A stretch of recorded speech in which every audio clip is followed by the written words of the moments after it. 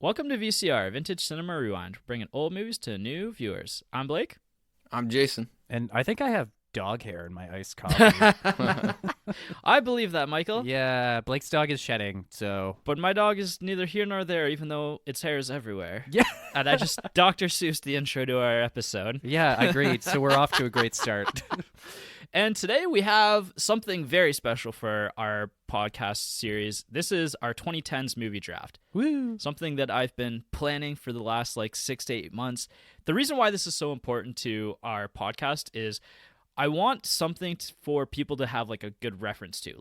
For example, we're going to pick all of these movies here and I'll explain how this draft is going to work. But for example, maybe if you share a very similar movie that Michael likes from the 2010s, you might like a movie of the same genre from the 1970s, right? Yeah, for sure. One that he picks for our podcast kind of thing. Yeah, or Yeah. just whatever.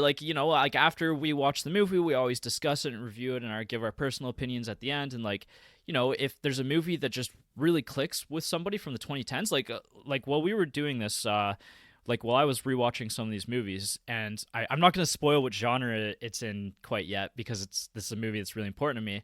But I was rewatching this movie and I was like, oh my god, this movie just explains the last 10 years of this genre to me, but it also it's in reference to all of my favorite movies from the 70 years ago. I almost spoiled it right there. I saw the panic in your eyes for a second. Anyway, the draft. So this is how this is going to work. So we have 7 genres here, and I guess I should list out the genres that we have. And so what we're going to do is we've got our pick order, which I'm going to announce in a second here. And so we have these 7 categories.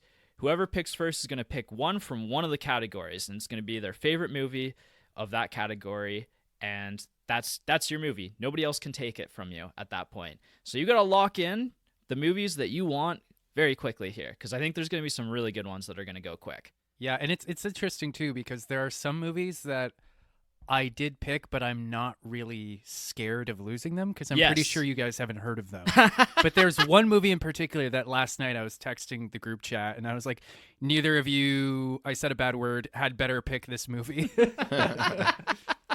Yeah, and that's kind of the part that's exciting a little bit about this is we don't really know who's going to pick what because we haven't talked about this at all. So, for example, I could just rip Jason's heart out at any moment and it would be glorious. I would think indeed. I think we're safe on my end because I have not set the best of my movies. I just pulled together what I could. Yeah, can we, Yeah, but that's very Jason on point of view, though. yeah, Can exactly. we just say, so last week, Jason and I did our Blakeless episode, and we admitted that Blake is kind of the brains of the operation. When you said that this is something you've been planning for 6 to 8 months, he's not exaggerating. 6 months ago, you were like, the 2010s draft is coming up in May, you better start preparing. And I was like, sure, Blake, I'll do that. And then 3 months later, have you prepared? I'm like, yeah, of course I have. And then a week ago, I was like, oh, fuck. Yeah. I've got to watch 10 movies this week. See, you had a better idea going into this than I did, that you should basically have a list of 3 movies from each category in case 2 other people steal your top 2 movies. I just have a dozen movies in each category that I love and try to man. figure it out from there.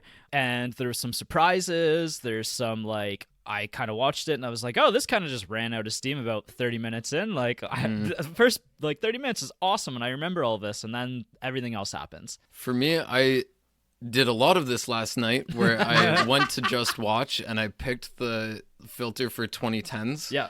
And I just went through and I started adding, and then I just kept cycling through so I'm missing some movies that I've seen that I loved. I know it. Yeah. But these are all ones I tried to find ones that weren't the obvious pick for that genre that everybody in the world has seen. Yeah. So yeah, I was just kind of taking some in, adding some back in, all over the place. I will say that just to add a disclaimer to my choices, first of all, I will say there's one category I really, really struggled with, Yeah. but I think I have a good contender for it. I will also say that I want to make it known that I noted that for my choices, who I was with or how I experienced the movie Nice. or when I experienced it actually was probably just as, if not more important than the movie itself. That's actually really key to at least one of my choices, and that'll be my first choice that I'll be making here, regardless of when it happens, assuming that one of you guys doesn't steal it. But yeah, and if I could just be pretentious for a second, one thing I've as though I need permission. Yeah, I'm on a movie podcast, Michael. That's the name of the game. Yeah. So no, but I was reflecting on this recently. I'm like, watching a movie with another human being is like a really intimate activity. Yeah. Right? Like there's something like my mom, like different partners I've had, like even you and I are very different people. Yeah. But we've always used movies as our common ground, which is kind of the basis of the whole podcast. So, okay, I'm done being pretentious. No, that was great. That was I could not have said it better. Yeah, honestly. there's only one movie on here that like I watched it with someone and that became very important for the rest of like it was Kelvin. He had watched it with one of his girlfriends of the past, and the ghost of girlfriends past. Yeah. So he didn't like the movie because of who he watched it with, and then he watched it with me. That happens all the time too. Yeah. Or like how many times like I mentioned that I really didn't like Mad Max Fury Road the first time I saw it, just because I was in a really bad headspace at the time. Yeah. And then I watched it again a few years later in a better headspace. I'm like, oh, this movie was awesome. Like I should have done better the first time. But anyways. We always call it Furry Road just because furries are funny. Yeah. I don't care if any listen to the podcast. But if you do, welcome. I hope they do while they're up to whatever they get up to. Up to no good. Those animals. All right, let's click the button to set our draft order here, and let's get started. We've vamped for long enough. Sure have. Do I need to sign into this or No. I'm going to click the button. If anybody needs to independently verify, they can take a look at my laptop, but about to announce it here. Get draft order. It's processing. All right. Jason, you'll be picking third. For what? In our draft order here. All of them? No, not always. Just for the first one? Just for the first one, you're going to pick third. Michael, you've got second, and somehow I landed pick one. There you go. Allegedly. Let me see that screen. Are we also mixing up the genres? Or yeah, you pick whatever genre you want. Oh, so we can just bounce around. Yeah, you pick whatever you want. We don't have to pick an order, because that's the other thing, is if I pick a movie from a genre here, and I'm about to do that right now, you have a sigh of relief if it's not your movie, because now you have like a slightly less chance your movie's going to get stolen before you, and now like one up on me, maybe you want to steal something from me before I can take it from a different genre. Okay, cool. Yeah, like I'm about to pick a genre here, and that might be the last genre that you pick, for example. But let's get started. Let's do that. Honestly pretty relieved that I've got first pick here, because my first pick is going to be this is actually my number one movie of the 2010s. This is in my top 5 movies of all time. So it was something that was extremely important that I get this, and I get this first, and everything else doesn't matter, honestly. I'll be a little upset about one or two of these if I didn't get them, but Is it Furry Road? It is Furry Road. I can't believe you guys both talked about it. Mad Max Fury Road is one of my favorite movies of all time. Furry Road. Furry Road. Yeah, Mad Max Furry Road. It's just one of the greatest movie experiences I've ever had. And so you brought up the experience of going to a movie. I went and saw this movie in the best audio theater that I could see it in. The opening credits rolled, and then the Mad Max symbol, the god symbol of their Valhalla. I popped love up. that opening monologue too. Yeah. And it's just the engine's just gunned. I was in the best audio quality that you could experience in 2014 or whenever it came out. And I was like, oh my God. Things are different now. Yeah, this is it's just honestly one of the greatest movies of all time. So I'm picking an action adventure. This was no contest for me. This was far and above the best one. That's a tough one to top. It's just incredible. It's one of the greatest stunt films ever made. It's one of the coolest post-apocalyptic, stylish movies ever made. It's a 10 out of 10, and every time I watch it, it just blows my mind every single time. So it was so clearly number one. I didn't even watch the other movies in the action adventure category because I knew that was what I was taking first. I will say I'm happy you got this one because I know how important this movie is to you. Extraordinarily important to me. It's such a good movie. Yeah. The witness me thing. Yeah. I think about that all the time. There's so many quotable moments in this movie, right? And mediocre. Yeah. That's I say that in my head a lot more and out loud. Yeah. Yeah. All right. And the next pick is Michael, you're on board Okay. next. Okay, well, I don't think you guys are really going to be surprised by this either. I mentioned last night I was sending threatening messages over the group chat. So my pick, we're going to historic biography drama, the historic biography genre category. S. Craig Zahler's Bone Tomahawk. Nice. From 2015. Yeah. It's really, I talked about it a lot in our Best of 2023 year-end episode, but it was my top pick for last year. It's basically simple premise. Some mutant cannibals ride into town and kidnap some people, so Kurt Russell has to lead a posse to go after them, and it just kind of unravels from there. And I've mentioned before that, like, I have a very soft spot for movies that are, like, grim and dark and violent, but also kind of, like, witty and funny. And this is very much in that mode for me, right? It's very, like, it has some of the sharpest dialogue I've ever seen, some of the most brutal, realistic violence I've ever seen. There's one scene in particular Jason and I have talked about. It's pretty...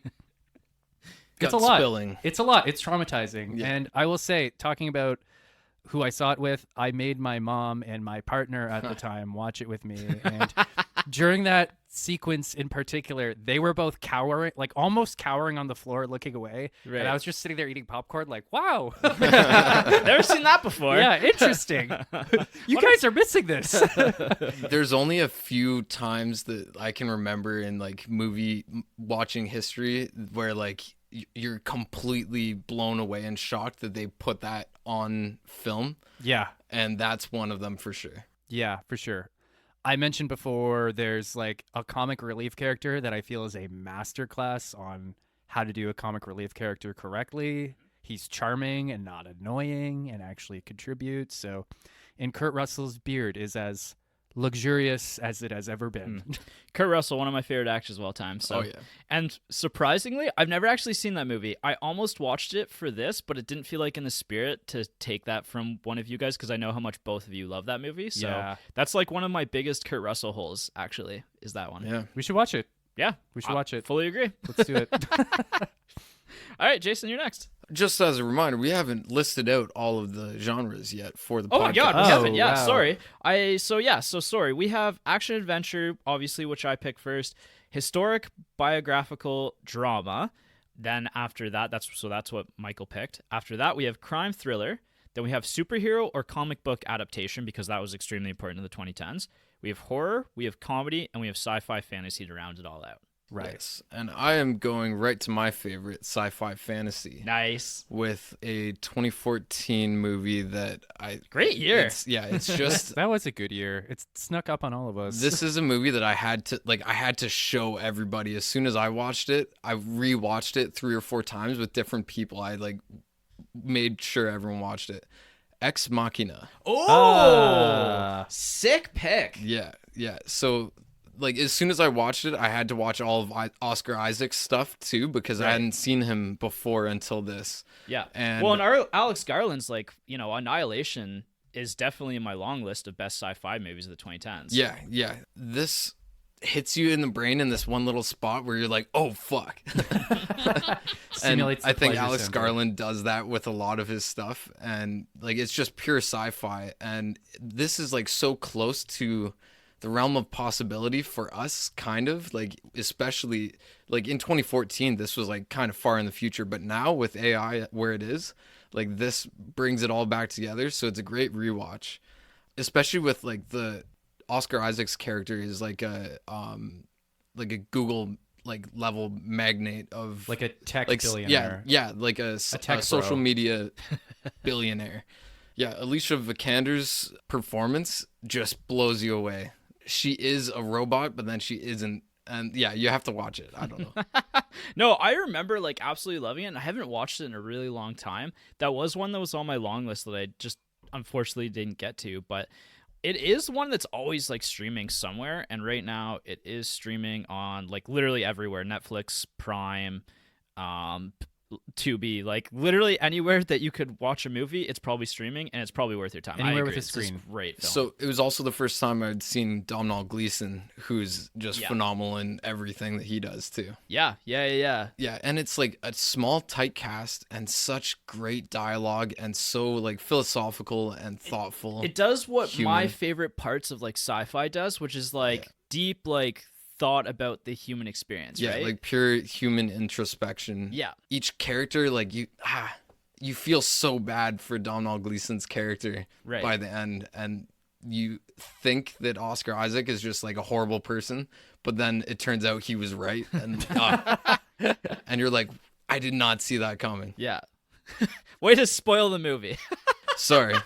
It's from 2014. There needs to be like it's a decade old. Yeah, there needs to be some. We need, as a society, we need to agree that like once something has been around for long enough, we can spoil the shit out of it. Yeah, there has to be like a 5-year window. Yeah, like, 5 years. 5 years is probably more than enough, honestly. Also, can we talk about the fact that 2014 was 10 years ago? Yeah. And we're all terribly old now. Yeah, that's the other part that's wild in this. Like, reflecting back on some of these movies, like some of them held up extraordinarily well, and some of them I was like, oh, that's unfortunate. Yeah.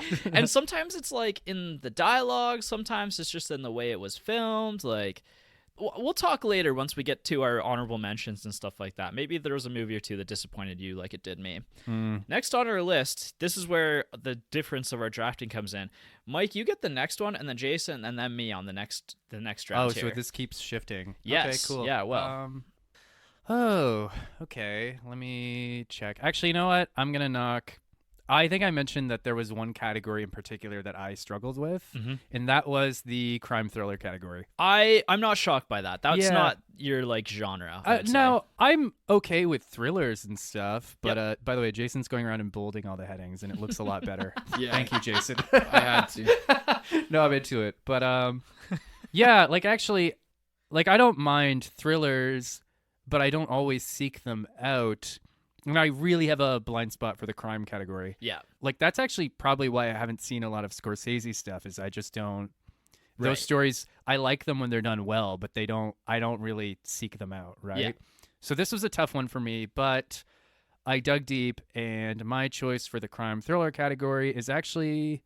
It's a movie you and I have seen together, and I watched it last night, and that is Green Room. Oh, great pick. I forget. I haven't seen it, and it's one of my favorites. But I do love the name Imogen Poots. Yes.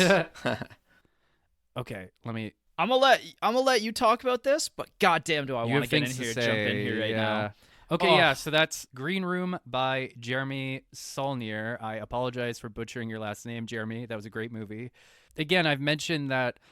What determined these categories, these picks for me, was also where I was in life and who I experienced this movie with. So, Blake, I don't know if you remember, but last May, I was in the process of moving back in with my mom because, I had been dealt a bad hand temporarily. So I had spent the day moving out of my apartment with my former roommate, and I dragged my carcass over to your place, and I was depressed and smelly because I hadn't showered, and I had no idea where life was going to take me. And for some reason, you put on the most depressing movie I'd ever seen.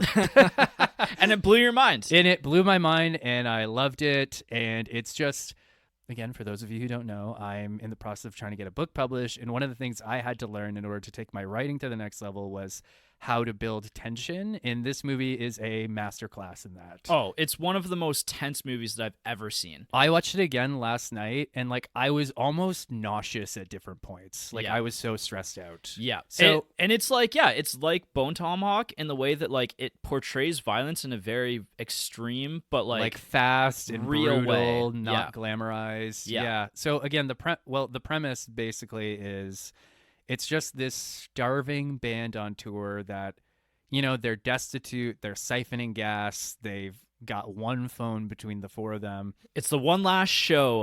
The one last show of this awful, awful tour. So they decide to take a gig at a skinhead bar. Yeah. And in the middle of nowhere. In the middle of nowhere where no one knows where they are, and they decide to antagonize the crowd with their first song. Yep. And then they witness a murder in the green room, and things devolve from there. Yeah. and it's a complete Patrick Stewart's the villain. Oh yeah, that too. No way. Yeah. It's like Anton Yelchin's like one of my favorite films of his, like, and he passed away way too early. Way too early. He's phenomenal in this movie. Yeah, this is like, honestly, it wasn't my choice for a crime thriller because I do like crime thrillers a lot, but it was in my long list, and it was one like I was actually a little bit sad that I wasn't going to take it because I have shown this movie to so many people because it's so goddamn good. It's so, yeah. And it's kind of a tragedy. I was looking into it. It was on so many lists for like best films of 2016, and it didn't make its budget back. Right. Like, it didn't really do all that well commercially. Because it's like very genre. Like it's super genre. But it's a movie that definitely deserves more eyes. Oh, yeah. And A24, like before they were as big as they are now. Yeah.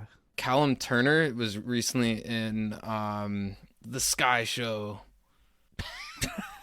Alrighty. Masters of the Air, and he was fucking nice. badass in it. Yeah. That, and then Joe Cole from Peaky Blinders. Have you seen? I have to watch Green Room? this. No, I haven't. Oh my god, man, it's gonna blow your mind. It's really good. It legitimately is one. That's a great pick. Like It'll solid pick. Depress you. Yeah. Yeah. I'm a big Red Letter Media fan, and they made a joke where Mike asked, "Is this a good first date film?" And Jay said, "No, but this is a great last date film." You just part ways never to speak again yeah, after this basically. That almost happened when you showed it to me the first time.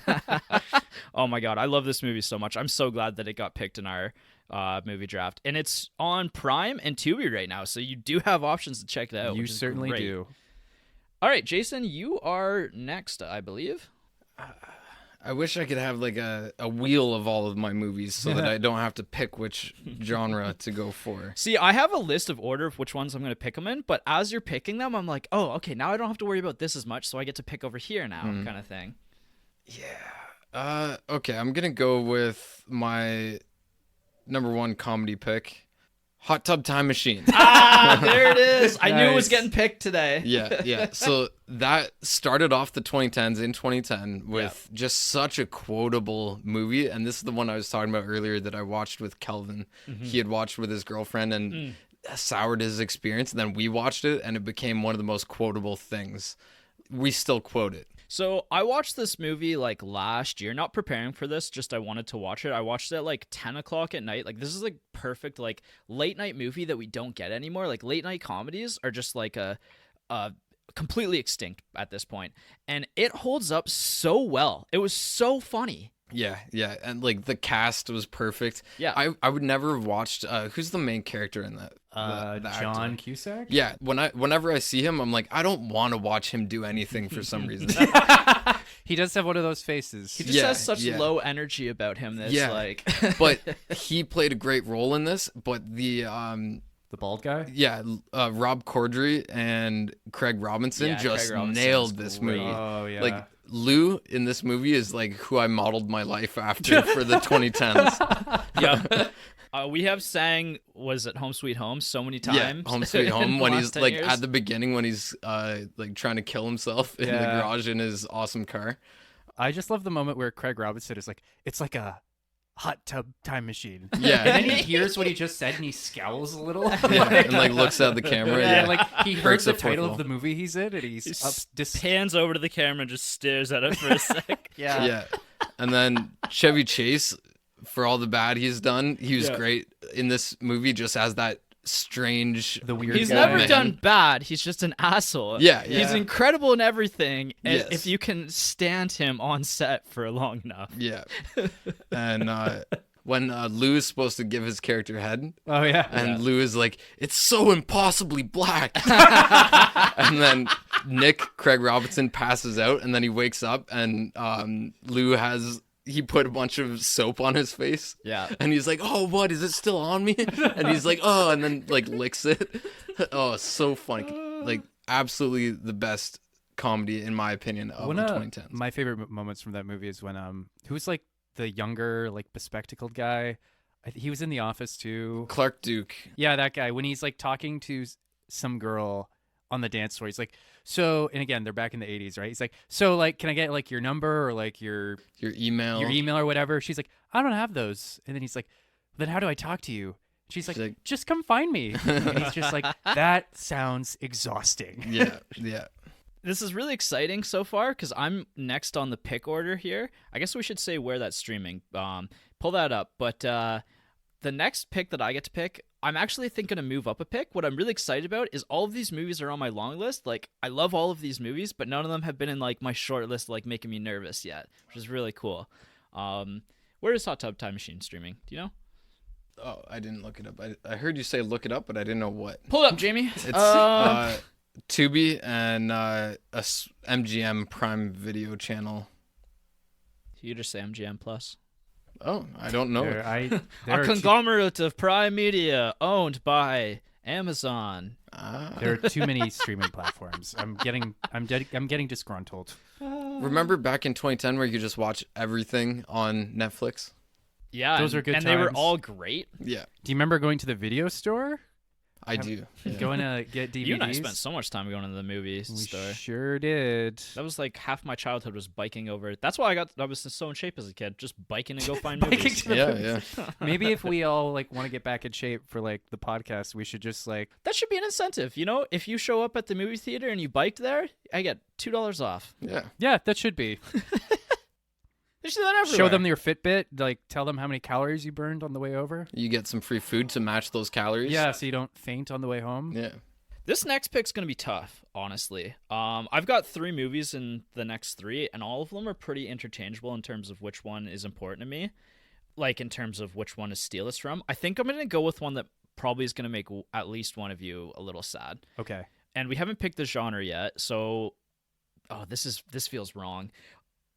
I'm going to do it because no other movie is even close to this for me, and you guys might be a little surprised by this. I'm picking superhero comic book movie adaptation next. Not a genre that I'm particularly known for having great taste. No, you are not. But this is like, I watched 5 movies in this genre to figure out which one was my favorite, and like the whole time, it like right from the literal like conception of this idea, it was always Logan.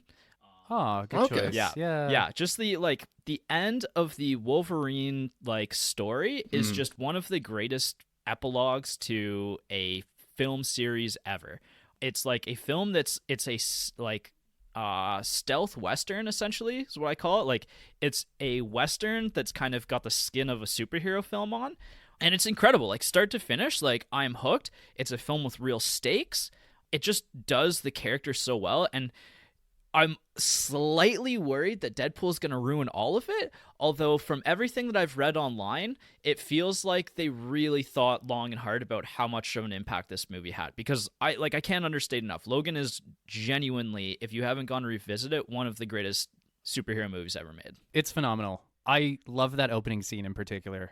Yeah. And it's great because like Old Man Logan in the like comics, I haven't read them or anything, but I've like read about them. Mm-hmm. And it's just like such a cool concept that like he has this healing factor that should keep him good forever.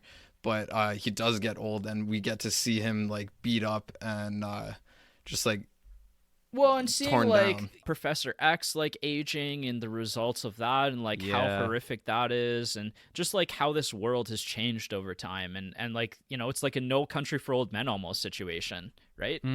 Which is a movie that unfortunately we can't pick because it's not in the 2010s. Yeah, there were a lot of movies I wanted to pick that were just, they came out a little too early. Yeah. You know what? I loved Wolverine. I don't give a shit what everyone says about it. The where he's in Japan? No, this is Origins. Yeah. X-Men Origins. Yeah, the one with Deadpool in it. Yeah, which was a horrible Deadpool. And I'm so glad they redid it with Ryan Reynolds. Like he got robbed there. Why would you ever sew up Deadpool's mouth? Yeah. But anyways, but we grew up with like that's we grew up with half of X-Men. the reason, So seeing the end of, and X-Men wouldn't have been so good without Hugh Jackman. Yeah, he carried the franchise on his shoulders. More or less the main character. Yeah, and so like there was a movie series that was on literally all the time at home. Like my dad had that on TV all the time, and so it's basically like the Toy Story 3 of a franchise. It just like it hit really hard, and it's really important, and it should never be touched, and it never will be touched, which is part of like why it's so great. And hopefully Deadpool doesn't ruin that. Hopefully Deadpool doesn't fuck it up. Yeah. And the fact that that Wolverine is supposed to be a Canadian, but we have Hugh Jackman as close as Canadian could be with the is he New Zealand or Australian? He's just Australian. He's Australian. Yeah, He's so an like Aussie. they're our brothers. I'm glad it wasn't some dumb American. Some dumb yank. But yeah, streaming on Disney Plus, so you can actually go check it out. Pretty readily available right now too, which is Tight. great. Jason, you are next actually, and then it's me again, and then it's you. Oh, okay. We're throwing a curveball. I'll just sit quietly. Yeah, you've got a double header at the very end of this. So wait, I only get to pick one from each category? Yeah. Oh, god damn it. Yeah. But maybe you can make an argument as to why it's belongs in a different category.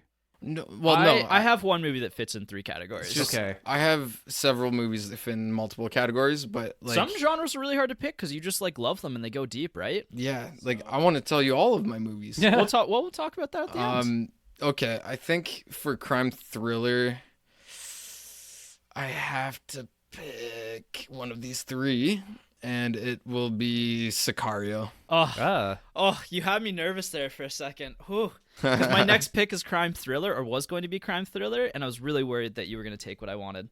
I hope I know what it is. Yeah. Because it's my number 2. But yeah, Sicario, Josh Brolin and Benicio del Toro, Emily Blunt. Like it was such a good cast, and it was so real and legitimate for the drug lord, like badass, like everything that's going on with like the borders and like all of that stuff. All the like.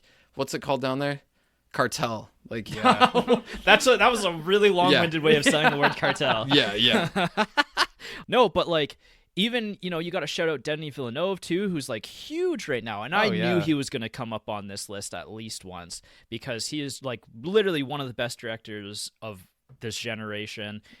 Dune 2 right now is one of the biggest movies in the world. So yeah, I'm not shocked that got picked because it is phenomenal. And it's from 2015, and Emily Blunt she played such a badass female character, and she was written so well. Yeah, she's good at doing that. She always has really been. is. Yeah. But this, like, I think like the way she fit in with her crew, and then also the playful like love-hate balance with her and Benicio del Toro. Right. She does that really well too. Yeah, absolutely amazing. And I could watch Benicio del Toro in anything, Josh Brolin in anything, Emily Blunt in anything. Like this was such a hard-hitting cartel crime movie.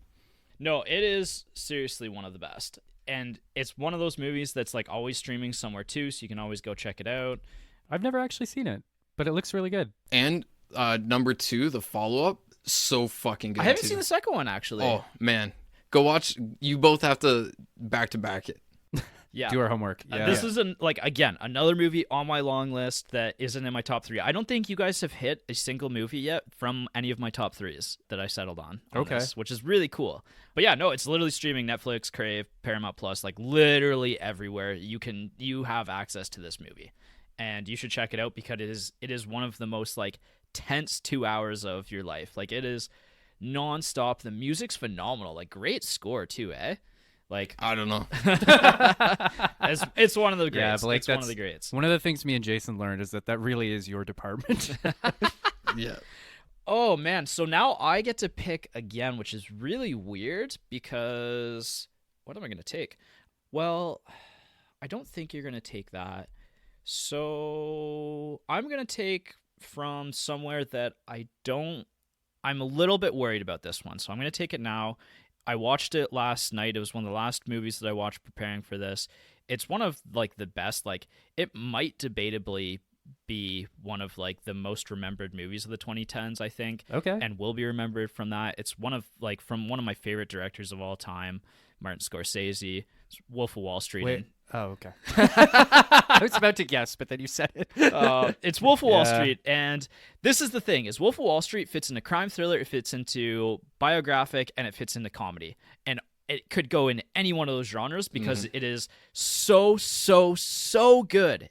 This debatably, I think you could argue is one of Scorsese's best movies. Like Goodfellas is the obvious choice that like any movie person is gonna pick, but like. There's an argument to be made that the end of the movie, the like fall from grace part is done in a much better way than in Goodfellas, because nobody remembers the part of Goodfellas. Everybody remembers, ever since as long as I can remember, I want to be a gangster, right? Yeah. Everybody remembers that part of Goodfellas. Nobody remembers how Goodfellas ends. Whereas Wolf of Wall Street, I'm locked in that whole movie. It's like, just watching somebody who is so despicably evil, but you're also rooting for him. Like there's always like a romance to like Goodfellas or something like that. Whereas like watching Leonardo DiCaprio steal money from people like through the stock market is both like exhilarating and you're just disgusted the whole time. Oh yeah. A lot of people try and replicate him.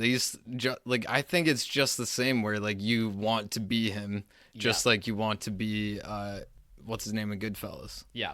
It is just one of the best films ever made. It's probably my favorite Leonardo DiCaprio performance, because like there's a chance that he might be playing slightly himself too, because he is like one of those like extraordinarily wealthy people. Like, I gotta imagine that he draws some inspiration from his real life and people that he would know in his real life for this role. Yeah. Like listening to him, I looked up Jordan Belfort yesterday while I was watching this, and on his Wikipedia page, there's actually like a voice clip of him because of like how much Leonardo DiCaprio changed his voice to sound exactly like Jordan Belfort. So people like you can go on Wikipedia and listen to him talk, and I was literally listening to it while I was watching the movie, and it's like spot on. It's incredible. Like this is a movie that if you haven't seen it in a long time, you kind of might have like the opposite of rose-colored glasses, like, I don't know, poo-colored glasses on. And you might forget how great a movie this is. No, this one is one of the best. I will say that the Matthew McConaughey cameo where he's like, those are rookie numbers. You got to get those numbers up. It's like, I quote that all the time. It's like literally one of the most like memed movies and like quotable movies of all time as well. Yeah, and Margot Robbie. That is the movie that gave us Margot Robbie, who's one of the best like actresses of the last 10 years. Like she is a generational talent basically, right? I have nothing more to say. It's one of the best. Like this was the hard genre for me that was the hardest to pick, because I actually have 4 movies in this list that made my short list because I couldn't even cut one of those movies down to 3. So, but this was clear number 1. And next is Michael. Okay. So I'm going to jump down to action adventure. And I mentioned that there are some movies I'm not worried about you guys picking. Yeah. So I'm going to wheel one of those out right now. So, and look me in the eyes as I say this, because I'm not fucking around right now. My top action adventure of the 2010s is a little movie called Kung Fu Panda 2. Oh, shit. I don't... not expecting that. I know you weren't. Okay. The Kung Fu Panda movies, okay, I haven't seen the 4th one yet, but it's gotten, like, I think it got decent reviews, but fan reaction was divided.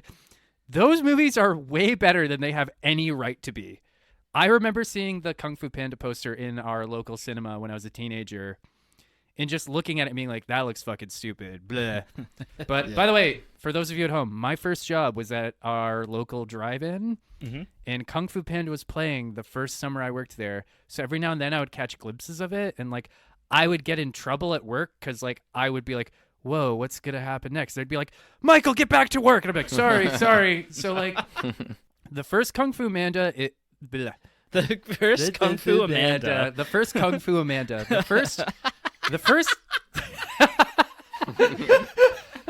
The first Kung Fu Panda movie is genuinely a phenomenal movie.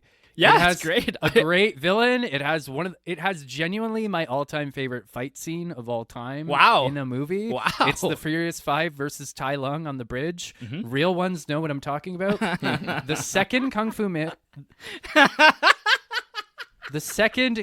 Fu Amanda movie is a genuine masterpiece. Really? This is like the Paddington 2 argument. Like it is the Paddington 2 We're argument. watching this like in real time happening. Yeah, no, seriously. Like Okay, so talking about when I watched this isn't really that important, but it's just kind of funny.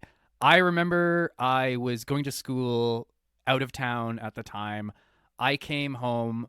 I went out drinking with our friend John and his sister. I got legendarily drunk. Like I broke a lamp because I fell over and smashed it.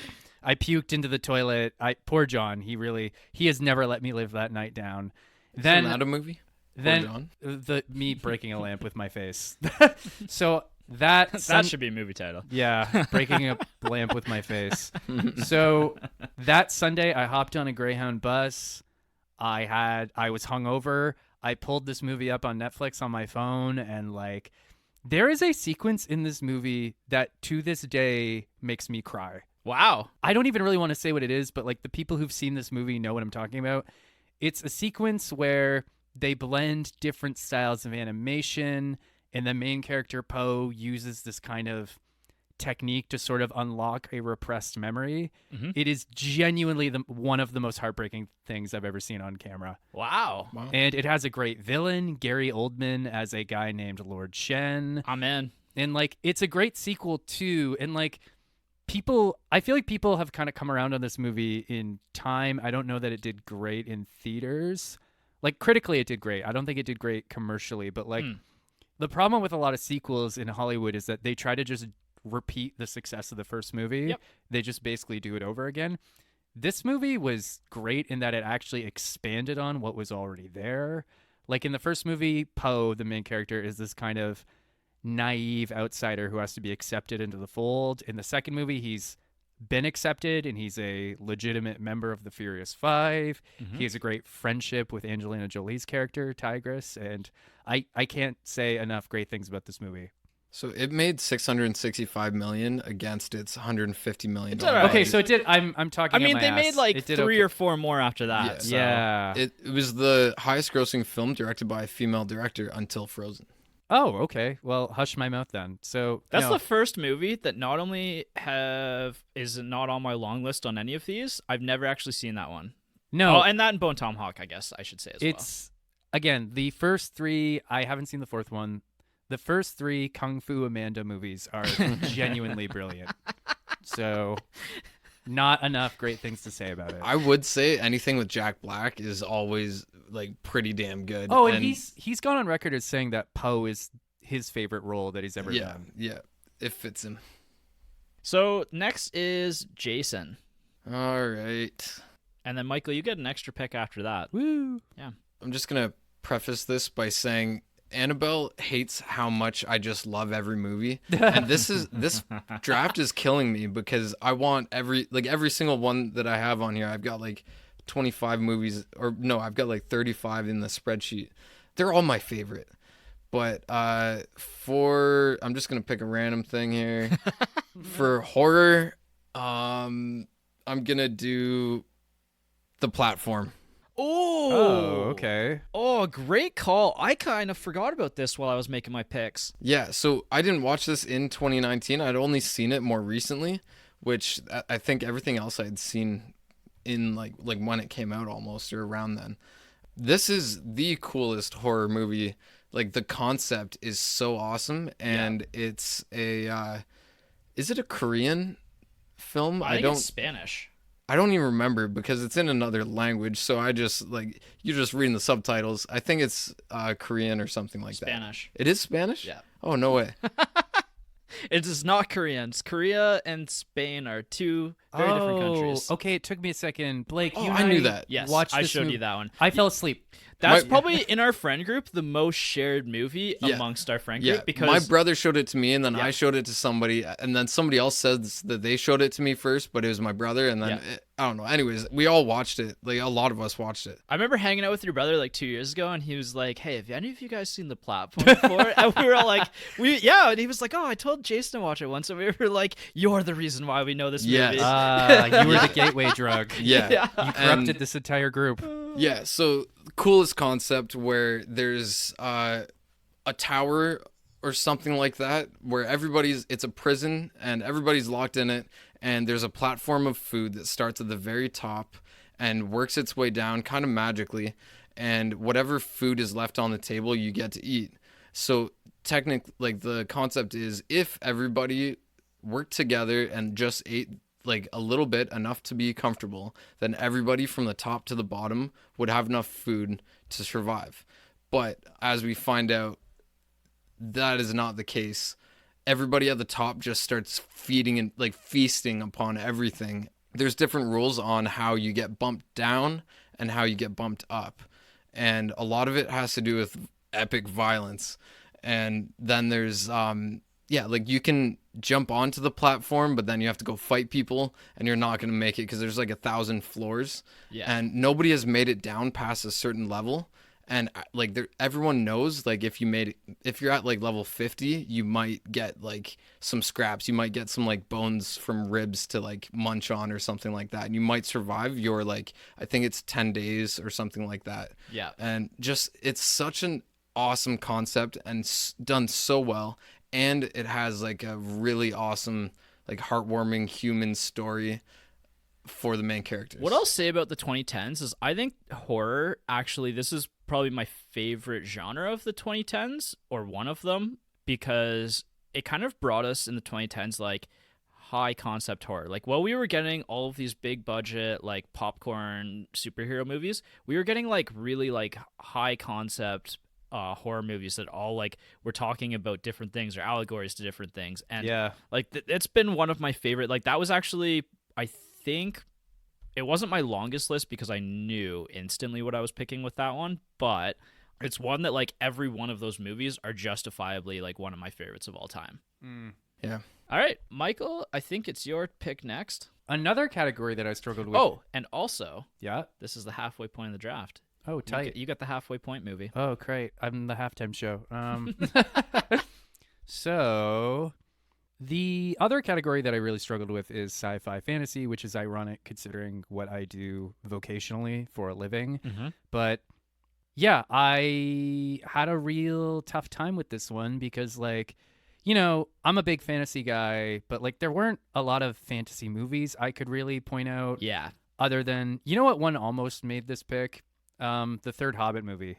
Really? Battle of Five Armies. Yeah. I don't particularly remember the Hobbit movies very well, but I remember seeing the third one in theaters with you, and we had a really good time. Yeah. It was like just a 3-hour long fight scene, whatever. Yeah. And then as far as sci-fi goes, like the only time I really watch a sci-fi movie is when you put one on.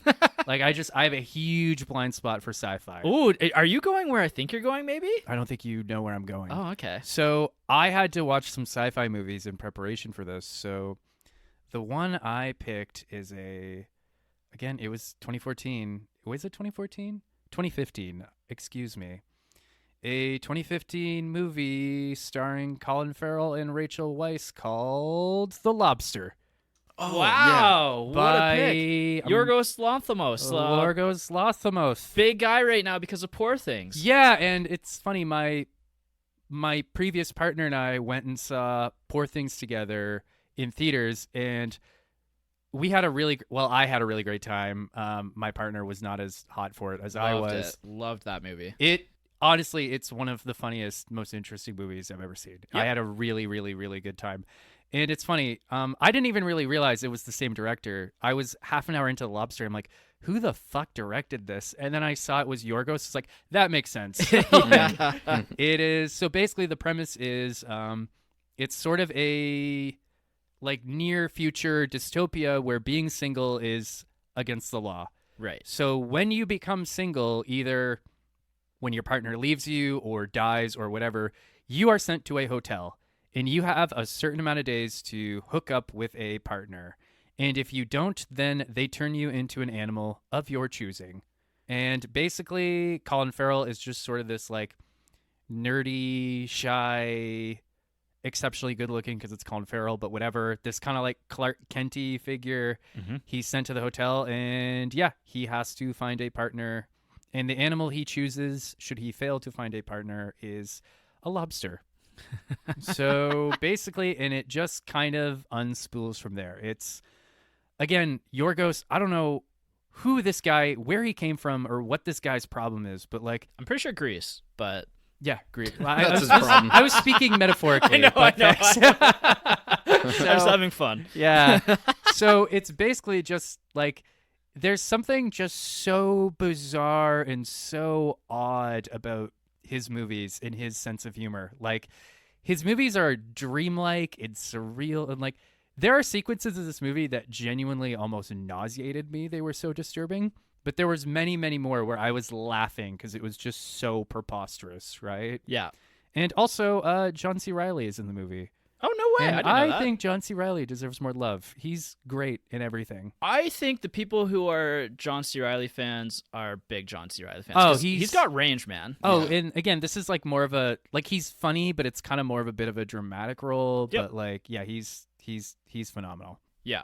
Maybe underrated, like slightly, but I think he like has really good range, and I think there's a lot of movies that you could point to as being like really great movies that he's involved in. Yeah, another movie that I'll just mention it right now that didn't quite make my draft was The Sisters Brothers with him and Joaquin Phoenix. That might be his best role. He's phenomenal in that movie too. I think he's in almost every category of mine. Not actually, but like he is so fucking good. Colin Farrell. I would watch him in anything. As soon as I see something he's in, I watch it. I haven't seen The Lobster, though. If you liked Poor Things, you will really like The Lobster. Cool. I will say it maybe fizzles out a bit towards the end, but it's still a great watch. I actually almost turned it on once, and Jess was like, I don't think you'll like it. But now after seeing Poor Things, we're definitely going to watch it sometime. Oh, yeah. It's funny. I actually wanted to watch this with my previous partner, and she was just like, no. I told her the premise. She was like, we're not watching that. And I was like, okay. I heard that where Poor Things is like much happier ending. Like The Lobster is like a brutally like bitter and sad ending. It leaves a really bad taste in your mouth. Yeah. But like I love being miserable, so I was classic okay for with a dystopian. I love dystopian novels and movies, and like it fits so well into like sci-fi. And the way they do it is really interesting because it's not like it's very near future where like it could almost pass for our world. Like there's no like laser beams or spaceships or anything like that, but like certain things will happen. You're just like, oh, okay. Anyway, yeah, it's a great movie. Love it. Good job, Yorgos. He has another movie called Dogtooth that I think I'm going to watch, maybe even tonight. So I have the next two picks actually here. And the nice thing is looking at our list left here, if I take two movies from two categories, then I've pretty much secured my list how I intended it. So I think I'm going to completely throw away my pick order and go for the movies that I want so that I have them. So my first pick is going to be in comedy, I think, here.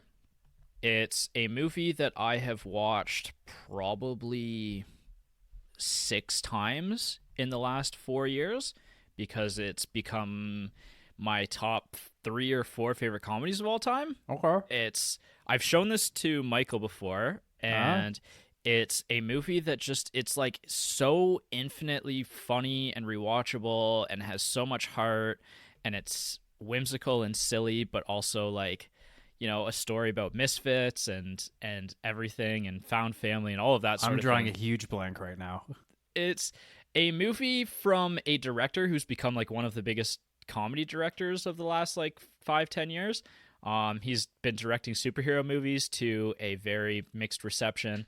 It's Hunt for the Wilder People. Oh, that guy. Yeah. I thought it was going to be Moonrise Kingdom, also by him, isn't it? I don't think Taika Waititi did that one. Oh, no, that was a Wes Anderson. No, Taika Waititi's like Jojo Rabbit. And... Yeah, it was New Year's Eve 2021. We watched Hunt for the Wilder People and Jojo Rabbit, like back to back. I think I did the same thing. Yeah. Just separately. Yeah, same but different. You weren't invited. No, it's honestly... Oh, I watched From the Window Outside. You guys didn't know. It's like a New Zealand comedy that Taika Waititi does. The main guy from the very first Jurassic Park movie is one of the stars. And so it's about him and this kid basically on the run from the law. The kid's like a foster kid. Right. And it's them on the run from the law through the New Zealand outback, and it is hilarious. It is so good. It's like, again, it's a found family film. You know, he's gone to this like the outback of New Zealand to live with his family, and things take a turn, and him and Sam Neill's character just go on the run, and it is, like I said, it's incredible. It's so infinitely rewatchable. I have watched this so many times. This is, out of all the movies that I've picked so far, this is probably the most that I've watched in the last 5 years. This is hands down the movie that I've watched the most in the last 5 years. It's a special one. It's debatably the most movie that I've watched in the last 5 years, period. Like, I watch this movie once to twice a year, every single year since I saw it in like 2020 for the first time. It is so good. I very much enjoyed it. Yeah. And then after that, to kind of round out where my picks are threatened, actually, I have one other spot here, and that's in horror. And I was actually planning on picking this movie last because I don't think either of you are going to take it from me. But here we are, and I'm going to feel really happy after picking this because it's It Follows, which is I knew it. one of the most influential films of the past 10 years.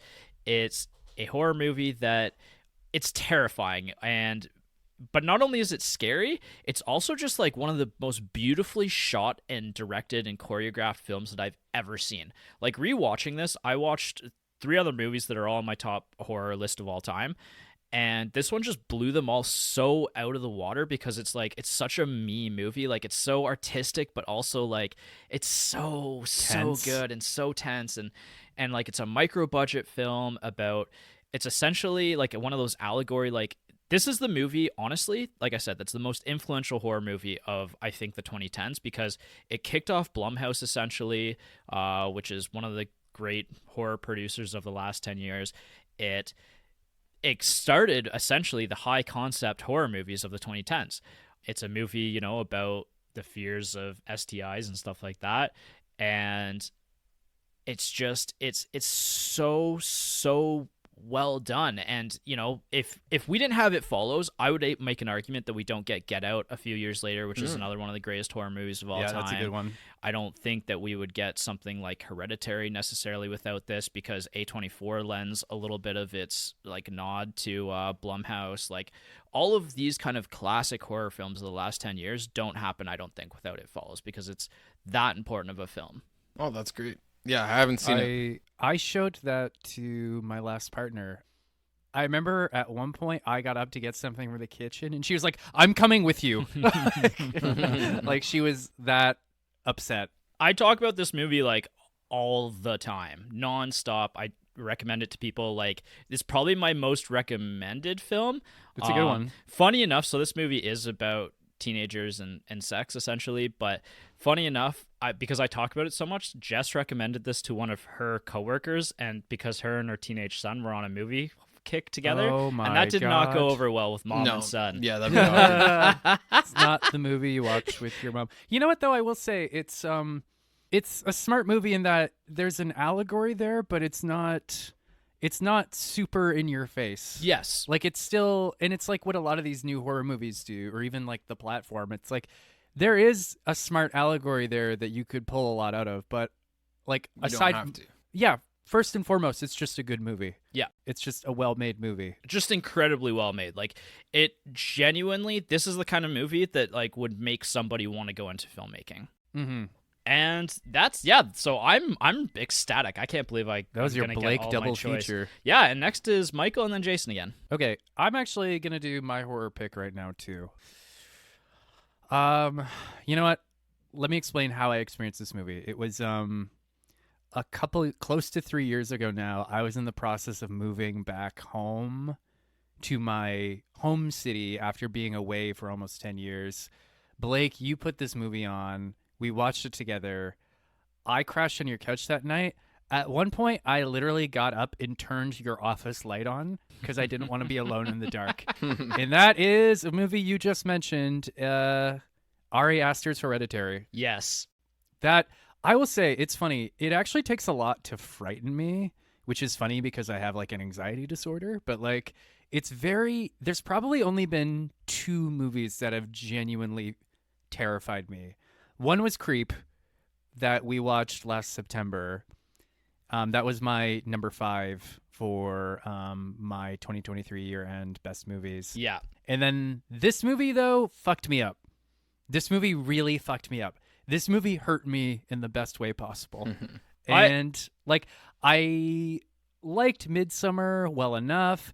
I thought that Beau is Afraid was a little all over the place. Yeah. But this movie in particular is phenomenal.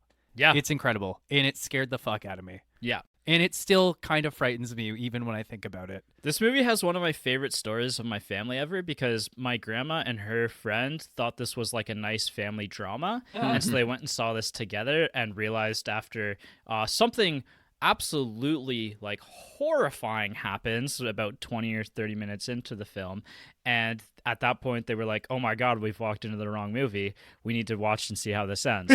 So my grandma and her friend watched this together when it came out. Damn, That's hilarious. Yeah, they and really liked amazing. it. They were like, it was terrifying, but we really liked it. Yeah. I don't think I've ever had a experience where I walked into a movie not expecting what I was expecting. Like, I've never been like, oh shit, this is Not that to go kind to of a movie theater, no, but it's pretty incredible that they landed on Hereditary, and I just like that they actually watched the whole thing and they're like, that was pretty good. yeah.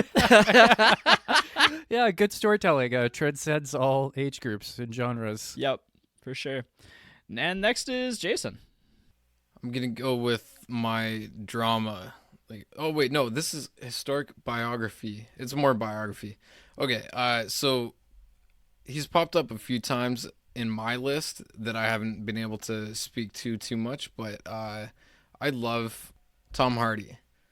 Like, Tom Hardy has been such a mainstay in great films for the 2010s, and he keeps showing up with new good stuff. So this is Legend.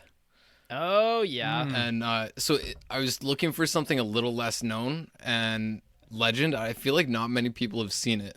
I haven't seen Legend. Have No, you? Me neither. Yeah, so he plays a set of twins, the Cray twins, and it's based on a true story. Mm-hmm. The way he plays the crazy twin is so fucking awesome and so fun, because like, one of the lines in the movie is the non-crazy one, who's also just a crazy badass. He starts telling a story, and he's like, so a schizophrenic walks into a bar, and then his brother comes in through the window or through the door with 2 hammers, and he just starts fucking mashing skulls.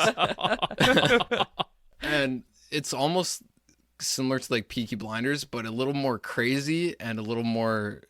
It's just Tom Hardy doing crazy shit. Right. I've never even heard of this movie. But Oh, it looks man. Oh really? amazing. I've heard of Yeah. it. I haven't seen it. Yeah, it's definitely worth a watch, and it's so fun seeing him play 2 characters, and like he completely changes for the crazy twin. Like, there are so many really quotable lines in this that I quote all the time.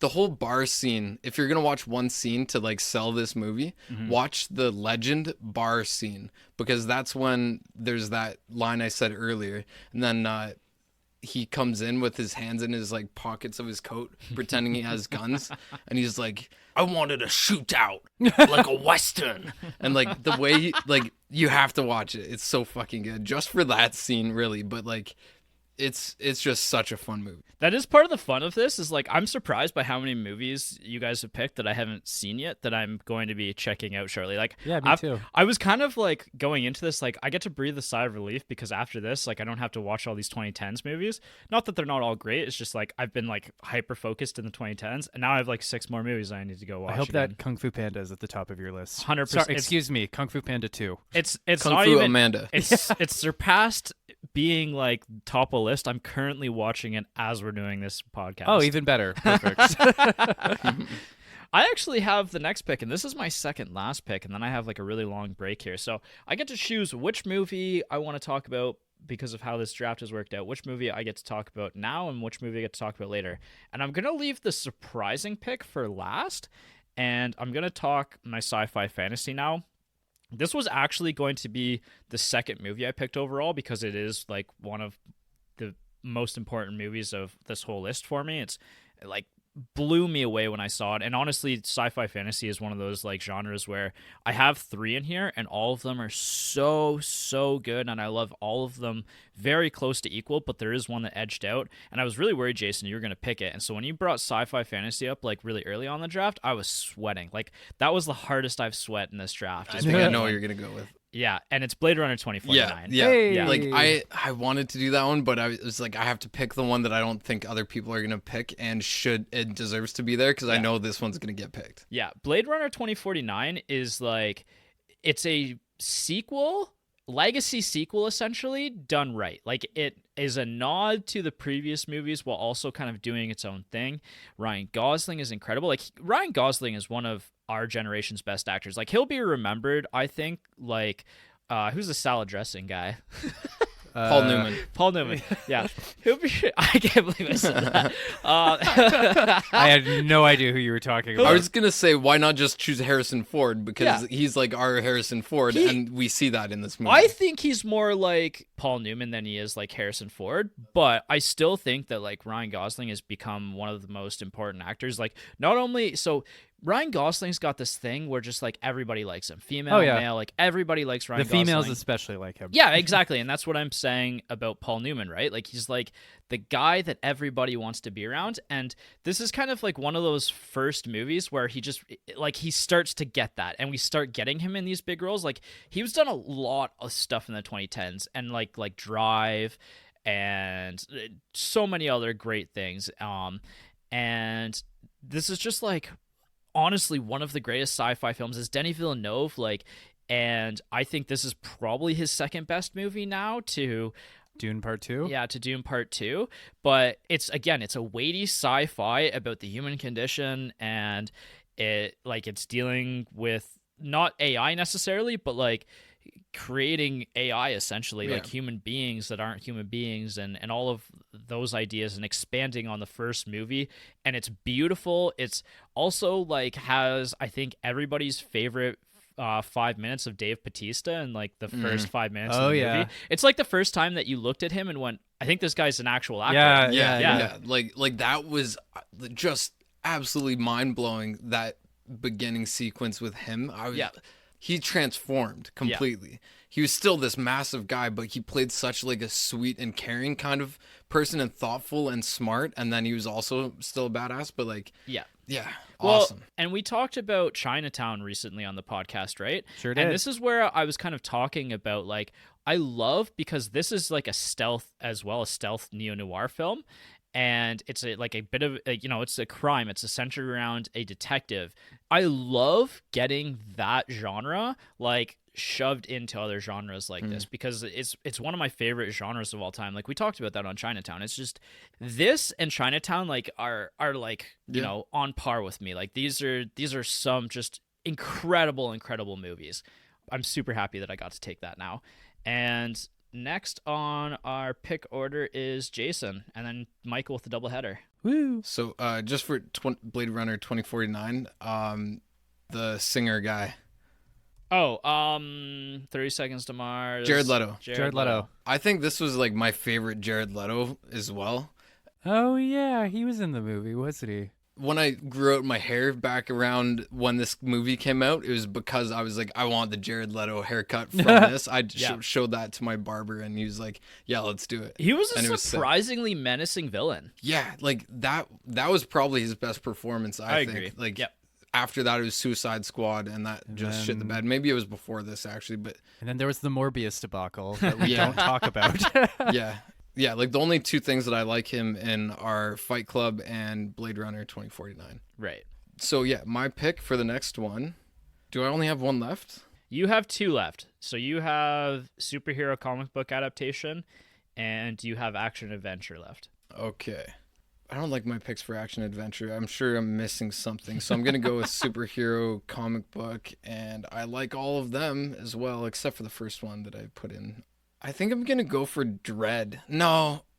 Sin City, A Dame to Kill For. That was a curveball that I wasn't expecting. I haven't seen the sequel to Sin City. Oh, I man. didn't think anyone had. Yeah, you just watch them back to back, and they're so fucking good. That's also potentially a problem for me explaining this one, because I watched them back to back, and it's just like, all you have to know is that it's Sin City. Yeah. And like Frank Miller, Robert Rodriguez directed, and like everyone in it, like Josh Brolin, Mickey Rourke, Jessica Alba. Like, are you talking the first movie still, or did all of these guys come back for the second movie? All came back for the second. Yeah. Wow. Yeah. Okay. Yeah. Even fucking Bruce Willis. Yeah, Bruce Willis is in it. Rosario Dawson's in it. Ava Green. Like, it's Ray Liotta. It's a powerhouse of just everybody, and so I can't say that 2 is better than 1 necessarily, or 1 is better than 2, but goddamn, are they just awesome, and such like a little unique area of film that nobody really gets to experience unless they start with this. It's like stylish neo-noir. It's like and it's very different style than like Blade Runner 2049, but it's in that same kind of vein. Yeah. It's and almost like a parody, but it's also still good. Yeah. Oh, it's amazing. Yeah. I wish we had like a little bit more time with Bruce Willis, maybe to have one more. Right. Because and then what's his name? Joseph Gordon-Levitt is also in it. So like him and Bruce Willis have had like a few things where they're just great together. He appeared on my long list a couple times, and I kind of was like, oh, what happened to that guy? You know, he was like, he was a childhood actor, and then he was huge in like the early 2010s with Inception. Yeah, Inception and Dark Knight, Dark Rises, 50-50. Yeah, he directed his own movie, Don Juan. Yeah. Yeah, I haven't seen it, but it looks really good. I was going to put it in, but like it's a really weird one and it's not that good, but it's very good at the same time. Okay. Like, you should watch it, but not ahead of other things. Like if you're like, I'm just going to throw something on. You can make time for it. Yeah. I love him too. I think he just did a TV show. I may be talking out my ass though. Maybe. I think I'm he not just sure. like show ran a TV show or something. Yeah, but the violence and style of Sin City and like the storyline, it's just so fun, and you could watch it anytime, I think, but you should watch them back to back. Yeah, you and I rewatched Sin City recently. I didn't rewatch it. I watched it for the first time. Oh man, that's wild. I really liked the Marv sequence, and then I thought it kind of lost steam for me. Well, that was the best story of the whole like, group, right? Mickey. That's easily. I think you and I have agreed this is Mickey Rourke's best role. Oh, easily. Yeah, easily. And Michael, you got your last two picks back to back right now. Oh shit, tight. Get to hear myself talk for a few minutes. I'm gonna start with I'm gonna do my superhero pick too.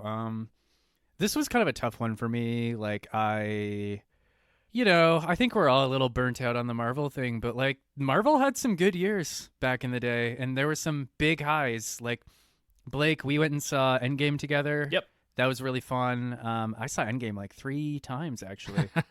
And then Ragnarok, I genuinely really, really like Thor Ragnarok. It's one of my favorite Marvel movies. It might have been close to my comedy pick for the 2010s. Yep. Like, it's hilarious. I love the Hulk in that, like all of the Hulk. Oh, yeah. And that's the first movie where we all realized, like, oh, like Chris Hemsworth is funny. Yeah. He's actually, like, he can do comedy. You could pinpoint, like, 3 movies, top 3 most influential movies of, like, the Marvelverse. And that's probably number 2, honestly. Yeah, it's definitely up there. For good or for ill, I thought that Thor: Love and Thunder, I had such high hopes, and I was so disappointed. They went a little too far. Oh, yeah. It just felt weird and too far. Yeah. Still enjoyable to throw on. I will say, though, like, again, and I've said this before already, what determined these picks for me a lot wasn't just the movie, but how I experienced it and who I experienced it with. So for me, it's got to be the OG Avengers from 2012. Wow. Yeah, I didn't bother rewatching it, but like my memory of watching it in theaters with my friend Mike and Jared, it's one of my favorite like cinema going experiences of all time. It was like opening weekend. We had to sit in the like front row and tilt our necks back because the theater was packed, and it was like watching a movie with a live studio audience. Like, just the way the crowd would, like, cheer and roar when things happened. Right. Like, that famous moment where Mark Ruffalo's like, that's my secret, Captain. I'm always angry. Yeah. Like, the people were standing up and applauding when that happened. Like, it was insane. Like, Peter Jackson has this feature where he talks about, like, seeing Star Wars for the first time in theaters. And, like, people just... like when Luke's doing the Death Star run, people just being like, go, go, go. Right. Like that was my experience watching Avengers in theaters. Oh, like man. It was incredible.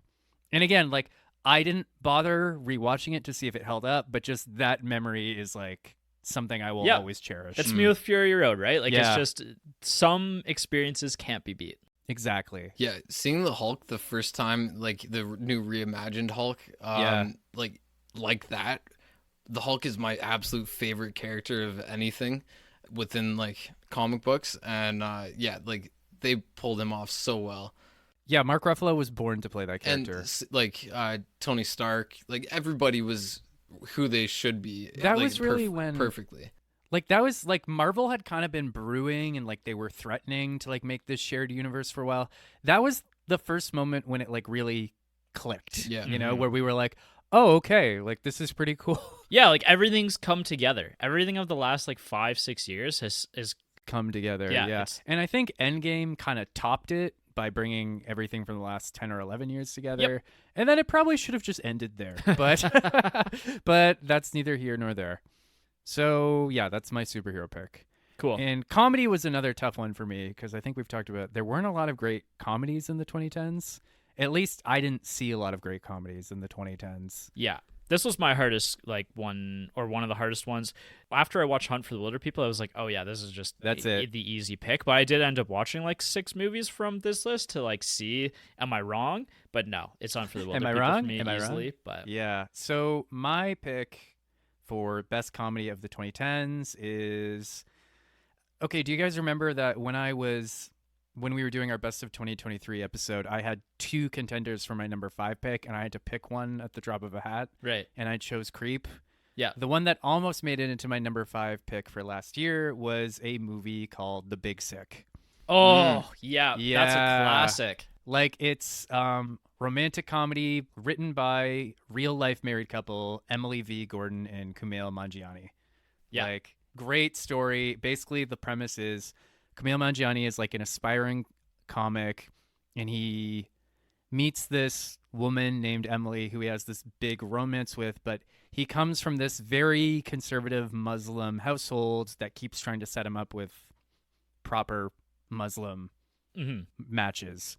So he has to hide Emily from them. He has to keep these 2 halves of his life separate so that his parents don't disown him, right? So eventually it all catches up with him, and Emily breaks up with him. And then she falls into a fucking coma.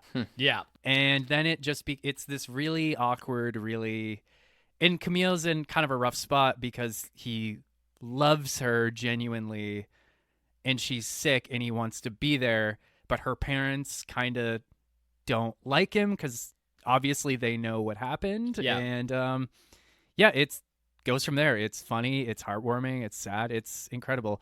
Also, I will say, one stand-up performance is fucking Ray Romano. Yeah, I was gonna say. I was like watching this movie. Yeah. I actually watched it in bed, and I was like, Ray Romano can actually act. Like, he's incredible at this movie. Yeah. Yeah. So I think he's like a little hidden gem. Like, he's actually quite good at comedy and everything. But yeah, seeing he him can in do this, drama too. Yeah, Like, he has his own little character arc in that movie. Even his comedy. Like, I hated watching Everybody Loves Raymond because it was always on in the early 2000s when I was too young to understand it or something like that. Right. It was just boring. Yeah. And all the adults were laughing. I'm like, this guy sounds dumb. I don't like him. Yeah. But like seeing him in do you ever watch like the YouTube, is it The Green Room? A bunch of comedians sit in a circle and just talk comedy shop. I'm sure. not familiar. No. He's so good in that. Like, especially the one with Bo Burnham. Go watch that. Bo Burnham is also in The Big Sick. He's also No way. pretty I forgot good. about that. Yeah, he's not a huge part of it, but he is in it. Cool. Bo Burnham's one of the greatest like comedians of our generation. Oh yeah, for sure. And like, yeah, it's definitely my pick for the best comedy of the 2010s. Cool. Nice. Like, I've always kind of been aware of Kumail Nanjiani, but like watching this movie gave me huge sense of respect for him too. Yeah, it's like almost like up there with like Get Out in the terms of like a comedian becoming like a bit of a director and just like absolutely knocking out of the park with his first one. He didn't direct it. Oh, but he did? No, it's directed by a guy named... I feel kind of bad for this guy because I think everyone assumes Kumail Nanjiani directed Right. it. It's a guy named Michael Showalter. Oh, okay. But he wrote it, right? Kumail and his wife wrote it. Right. What also makes it kind of special is that it's based on kind of the true story of their courtship. Yeah. So that makes it even more special. For sure. Deeply personal movie. Oh, yeah. All right, Jason, you have your last pick, action adventure now. All right, this one was tough. They were all tough. I keep saying this. I think I'm gonna go with the girl with the dragon tattoo. Oh, Tight. Fincher. Nice. This is the first time he's appeared on this one. Yeah. So I came out of this movie just wanting her motorcycle. Like, that Honda was so fucking cool. And it's a remake, but like they did it justice for taking, is it a Korean or Spanish film? No, like it was. I think it's like Scandinavian. Yeah, Yeah. it's or like Swedish or no, something I think it's like Swedish. that. Yeah. Yeah. So I've watched all of them, but this one is the only one in the 2000s, I think. Like, there's a good amount of action, but it's also like It's just got that Fincher like style to it. That's like It's got that darkness. Yeah, there's Yeah. everything that he does. It's through this lens of this like this darkness, this inner darkness that he has, and it's phenomenal. One of my favorite directors. Like, yeah, great. Go ahead. Brutal violence. I love the tagline, and it fits with what you just said. Evil shall with evil be expelled. So it's just like a revenge story, and this is one of the top movies of that decade. One of the best probably film adaptations too. Like, I haven't read the book. I've heard that it's pretty good, but like, yeah, no. This is a movie that Jess was like didn't want to watch because there's a pretty like violent rape scene. Yeah. But honestly, like watching it, I was like, that was incredible. Like, it just, again, it's one of those movies that you watch it and you're like, wow, Fincher is one of the best ever. Yeah, exactly. So, like going up against my other options, I think this was the best one for like staying power. Just like it fits into film history because of how good of an adaptation and how like crazy it is. The Swedish one is phenomenal as well. They did like all 3 books in Sweden, didn't they? They had like a whole trilogy. Yeah. Yeah, we should check those out. And I love how you picked that for your action adventure. I know. I'll allow it, but that's a very loose description that's of a tough action one. adventure. Yeah, I know, because like my other action adventure ones were like, they're just like pure action and like they don't have that staying power really. Like you can watch, for example, The Mechanic. I love The Mechanic, and I love Jason Statham. It's a like pure action, yeah, but like, are the Mechanic movies good enough to like when there's already Transporters and there's I like all of those, and they're all just so action. It's Jason tough. Statham's in it. Has he ever done like a drama or a comedy? He's done a comedy that's action comedy, and it's his heart fucking thing. Oh, Crank. Yeah. Oh, man. Okay, fair enough. Is I there a stand Crank corrected. in the 2010s? No, there's No. no way. God damn it. Yeah, because I loved Crank too. I made Annabelle watch it recently, and she's like, those were surprisingly good. And like, we watched both. So fun. But yeah, anything Jason Statham would have fit in as well, obviously. Yeah. But like, those are all obvious choices. And yeah, I saw Girl with the Dragon Tattoo, and I was like, where do I fit this in? God damn it. I am barely going to allow it, but that one's on the edge. All right. Then I'll do Baby Driver instead. No, it's fine. You Or can The take Mechanic. it. It's funny, though, because this is the end of the draft. We're getting down to the wire here. And while we didn't actually have any... This is not an action adventure. You can't claim Girl with the Dragon Tattoo as an action adventure. I feel like we should allow it.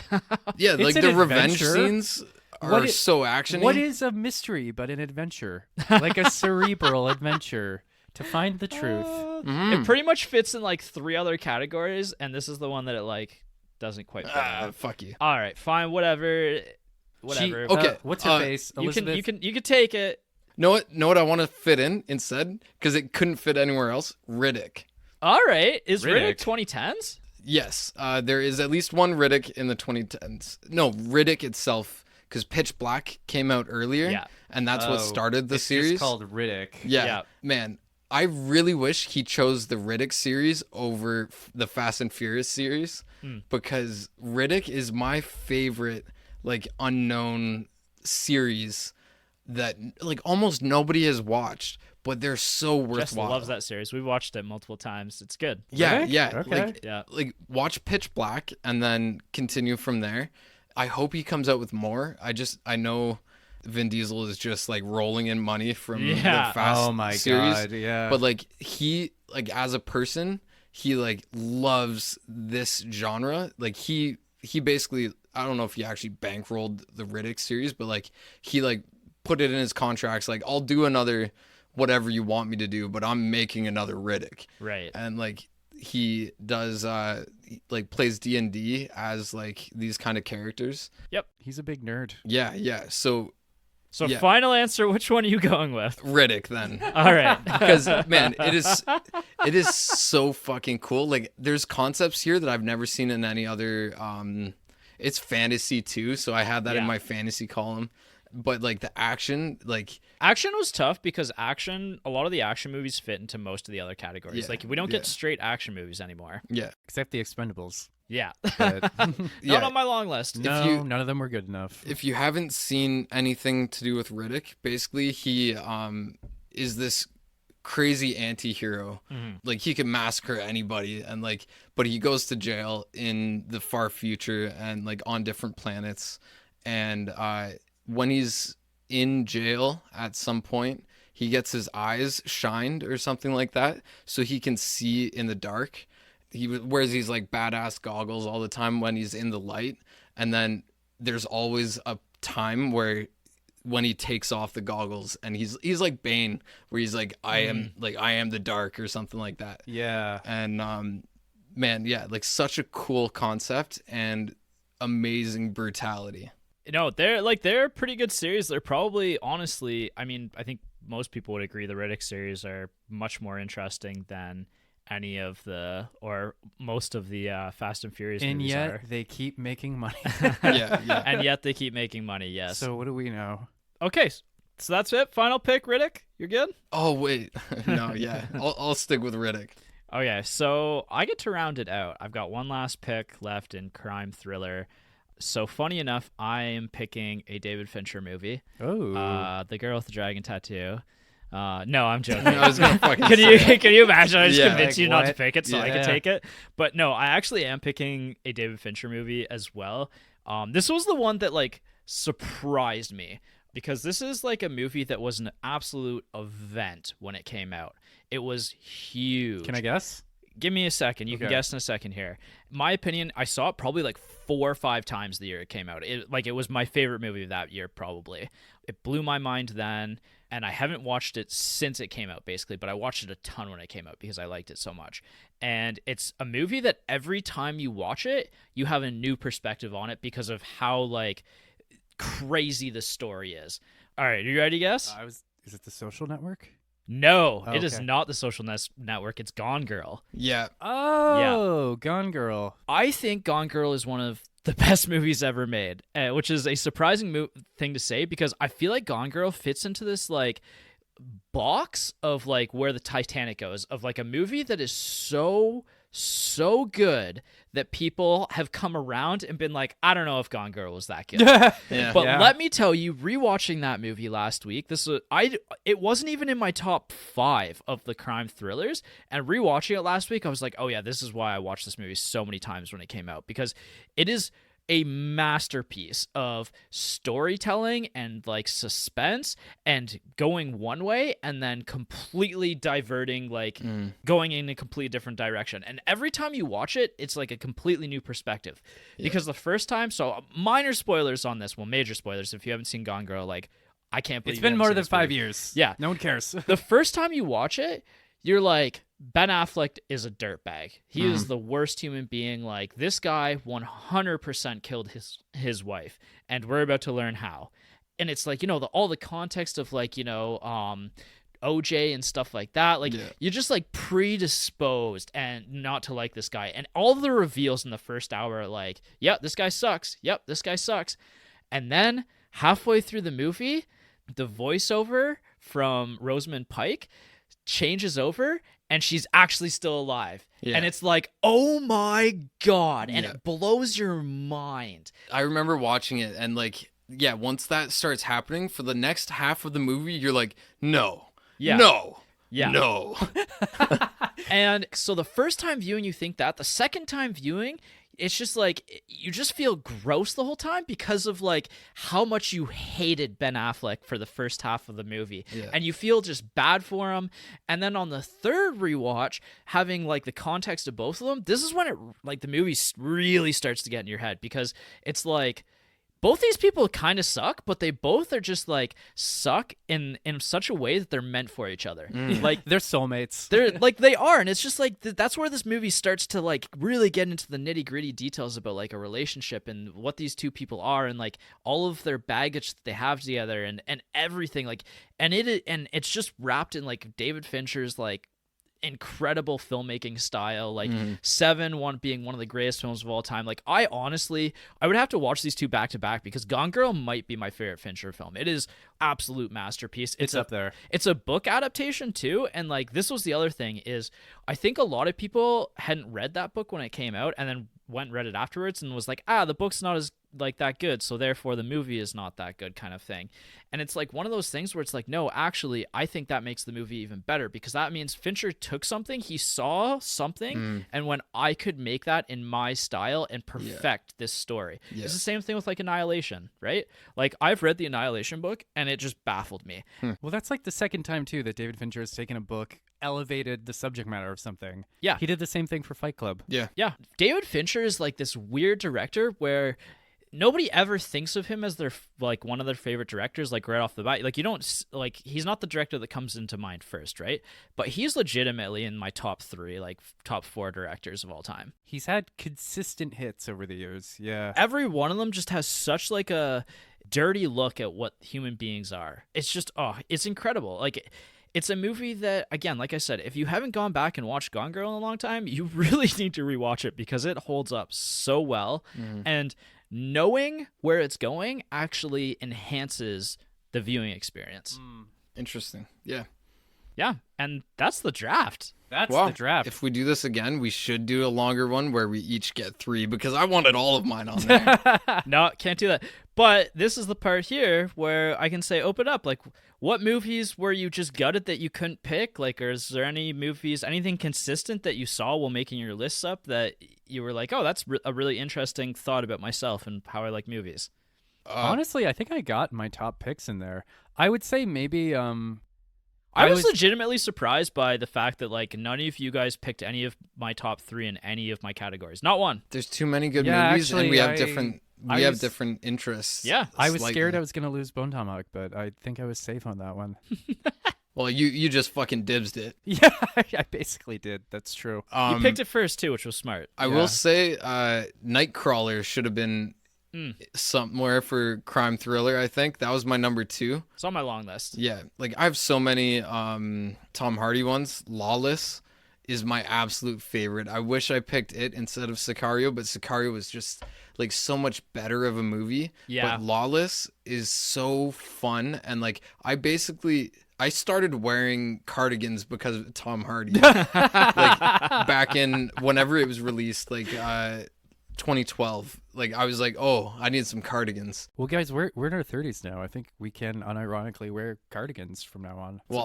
I will continue. Yeah, you keep doing it. But maybe Blake and I will buy some cardigans. Yeah. What kind of surprised me was the fact that I didn't pick a Chris Nolan movie because like he was one of my favorite directors in like, you know, my teens kind of thing. Yeah. It's just everybody has seen all of those. So here's the thing is all of his movies are second place in all of my lists. Interstellar is my second favorite sci-fi horror or sci-fi movie.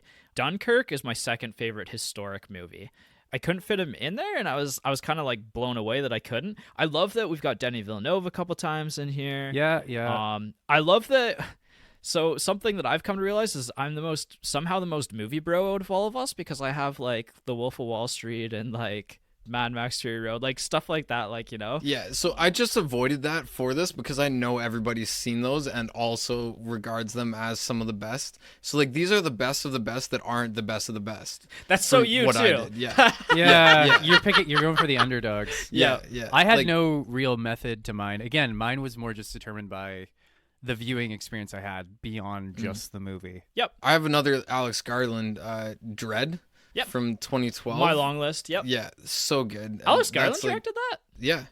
Oh, I didn't know that. That's wild. Yeah, The Dark Knight Rises was the third movie from Chris Nolan's filmography that was on my long list. It was third. Joker was number 2 in the superheroes. Yeah, I thought about doing Joker for crime or thriller, but then I decided to go with Green Room instead. I hate historic biography movies generally. Yeah. Like I just don't like. I have Inside Llewyn Davis as like that's like so far down my list. I really enjoy watching those types of movies. Like no, I liked that one and I like very specific ones, but I won't just watch. Like Annabelle made me write down Hidden Figures. Oh, and which one? Manchester by the Sea was a good one. That was more drama. I don't like drama that much. So funny enough, historic, biographical, and drama, I grouped those together because I was like, I don't know what movie I'm going to pick in that as well. Like I kind of struggled at first, and that's actually the one that I have 4 movies that I actually couldn't even cut down to 3 because The Wolf of Wall Street was like the clear number 1, and I waited to watch it last because I kind of figured it. But like The Big Short is one of my favorite movies of all time. I've watched it multiple times. Dunkirk, one of the greatest historic. I think that's my favorite Chris Nolan movie. And then Whiplash is like unbelievable. Unbelievable. I was supposed to come over last weekend so that we could watch Whiplash together, but I bailed. Yeah. And I can't remember why, but I bailed. Have you not seen it? You have seen it, I have right? not seen Whiplash yet. Oh my god. No. Okay. Yeah, watch that one yesterday. But I love J.K. Simmons. Yeah. He's quickly becoming one of my favorite actors. Yeah. It's his best role too, so. Yeah, definitely. Actually, his best role was General Kai in Kung Fu Panda 3. No, so. his best role was J.J. fucking what's his name? J. Jonah Jameson. You're correct. Yeah. He was made for that role. I had Parasite in the drama for some reason, but like Parasite Parasite is technically on everybody's list, I think, but like I just didn't do it because everyone knows about Parasite. Right. Again, at the end of the day, you're picking for you, and like it's so you to be like, well, I don't want to pick the ones that everybody likes. I gotta pick something. Yeah. But for me, think the other movie that didn't get talked about at all during this draft, and it's again like second or third place in multiple of my lists here, is Edge of Tomorrow. Yeah. I thought about that for sci-fi too. There's Another absolutely Emily no Blunt. way I was picking it for Mad Max Fury Road. There's absolutely no way I was picking over Blade Runner 2049. But I was like, I need to talk about it because it's so good that it's in so many conversations. Yeah. Mm-hmm. Awesome movie.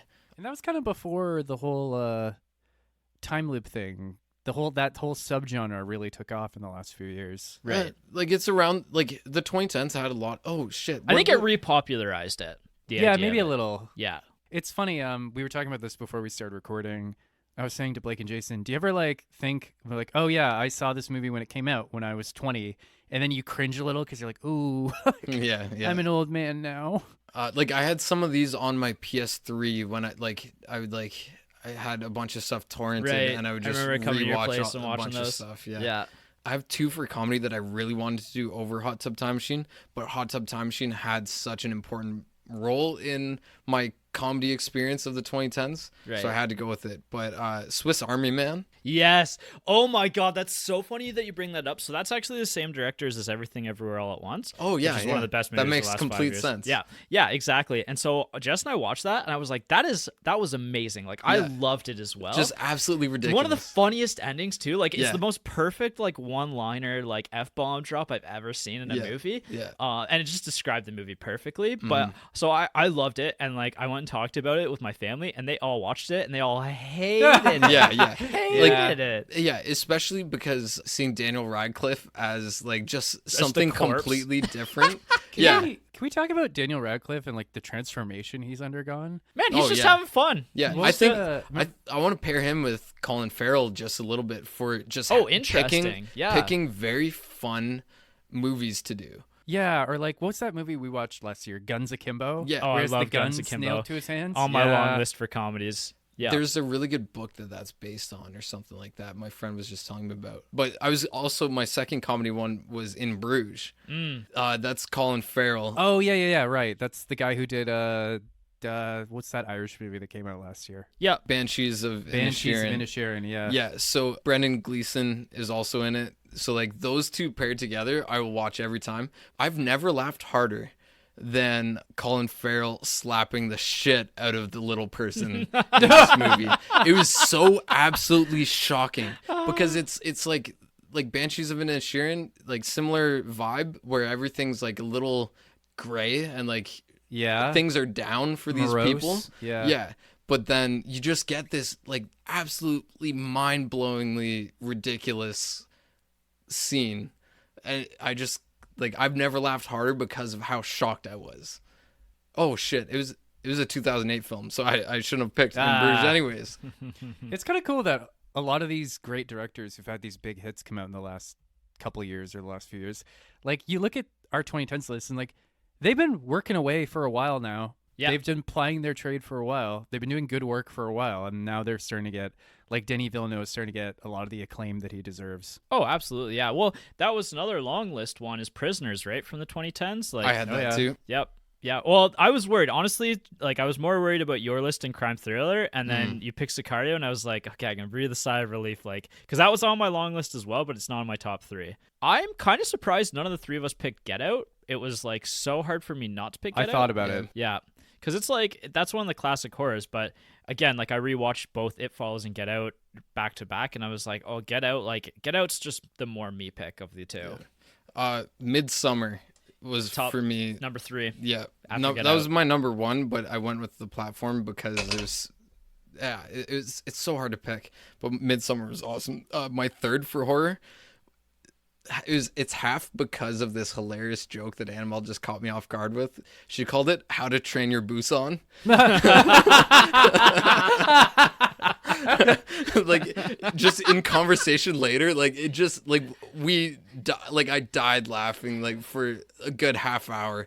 That's a great movie that I can't rewatch because Jess will never let me rewatch it. I've tried like 12 times to be like, hey, can we watch Train Your Busan tonight? She's like, no. Because that honestly probably would have made my long list. You have to be like, it's How to Train Your Busan. Just frame it differently. It's a comedy. Yeah. Put on How to Train Your Dragon, wait for her to fall asleep, and then switch over. Yeah, we're watching the sequel. Yeah. That's awesome. My crime thriller. So Gone Girl was like the late stage, like I can't believe I'm picking Gone Girl for my crime thriller.